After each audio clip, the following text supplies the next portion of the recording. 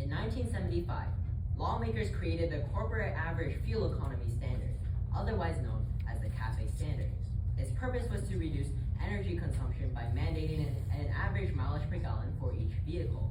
In 2020, the CAFE standard was set at an average of 29 miles per gallon for each vehicle, and it was set to increase by 1.5% every year.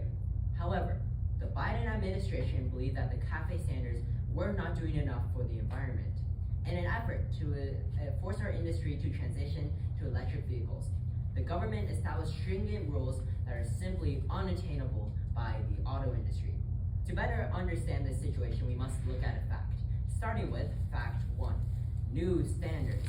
New standards. The National Highway Traffic Safety Administration, or the NHTSA, published its new standards on May 22nd, 2022. Quote, new CAFE standards will require vehicles sold in the United States to average at least 40 miles per gallon. This change comes at a nearly 43% increase from the previous standard of approximately 28 miles per gallon. For model years 2024 to 2025, the new standards will increase fuel efficiency annually by 8% and 10% annually for model year 2026, unquote. These new standards force car companies to increase their average mileage per gallon by 8 or 10% in the years 2024 to 2026. This leads us to our second fact. Fact 2, law requires feasibility. Law requires feasibility. The NHTSA wrote on September 27, 2019, quote, NHTSA balances statutory factors and setting CAFE standards at the maximum feasible average fuel economy level that the Secretary decides the manufacturers can achieve in that model year, unquote. By law, the NHTSA has a statutory obligation to set CAFE standards at a feasible level for automakers. However, we have to ask the question, is this standard actually feasible? The answer is in fact 3. Standards exceed maximum feasibility. Standards exceed maximum feasibility. The Alliance for Automotive Initiative, which represents 42 automobile companies that produce 97% of our automobiles, wrote on October 16, 2023, quote, in the 2022 to 2032 period, NHTSA projects that non-EV fuel economy will increase by 2.2% per year for passenger cars and 2.9% per year for light trucks, unquote. The DOT's analysis finds that the maximum feasibility of automakers is 2.2%. If you go back to fact 1, you can see that the CAFE standards were set at 8 or 10% depending on the year. 8 or 10% is far above the actual maximum feasibility of 2.2%, meaning the DOT violates their statutory obligation of setting CAFE standards at the maximum feasible level. These unreasonable standards not only violate statutory obligations, but if car companies cannot reach the standard, they face fact 4, hefty fines and high prices. Hefty fines and high prices. When automakers fail to meet the CAFE standard, they receive fines. The Center for Automotive Research, a nonprofit research organization, said on April 11, 2022, quote, relatedly, NHTSA announced earlier in the week tougher fines for automakers not meeting CAFE standards. The penalties increased from $5.50 to $14 for every 0.1 mile per gallon that new vehicles failed to meet, multiplied by the number of new vehicles sold that do not meet the standard, unquote. Another article written by the National Highway Traffic Safety Administration said, quote, the Alliance and Global Joint Petition raised concerns with the impact that the increased penalty rate would have on CAFE compliance costs, which they estimate to be around $1 billion annually, unquote. Because the standard is unfeasible, there will be billions of dollars of civil penalties given to the automakers because they physically cannot meet an impossible standard. Even when the NHTSA predicted low compliance levels, the government's environmental agenda ignored the law and disregarded the high costs that would be placed on the automakers.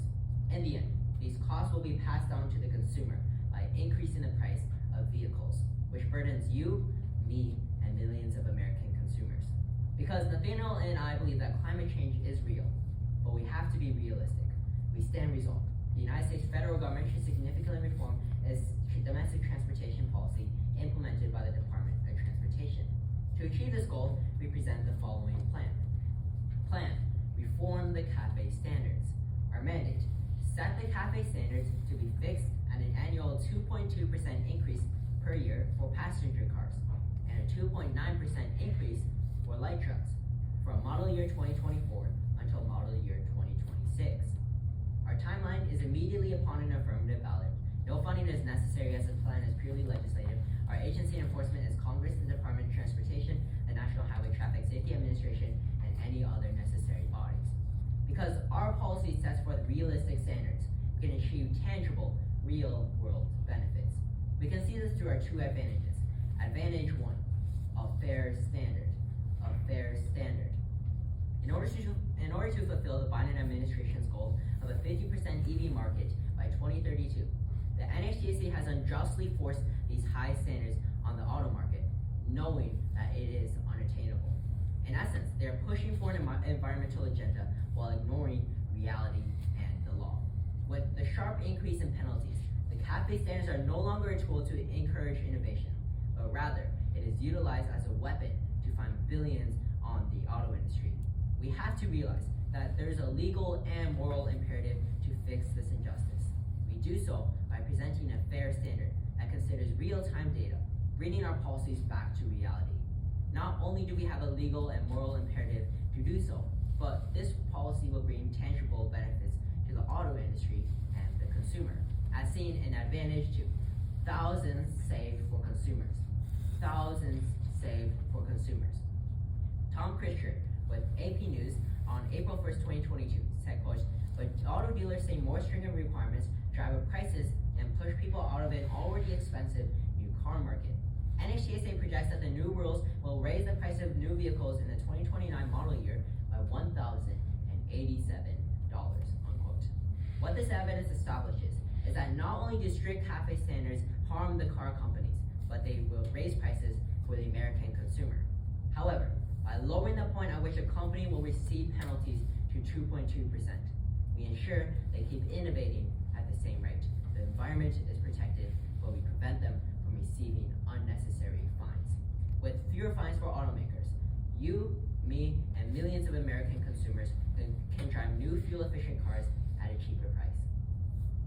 Climate change is real, but we have to be realistic. In the end, our plan keeps those intentions of protecting the environment and encouraging innovation. But the difference is that we ensure those goals are translated into real-world benefits through real-time data. With an affirmative vote, we set forth a reasonable standard while saving thousands for you, me,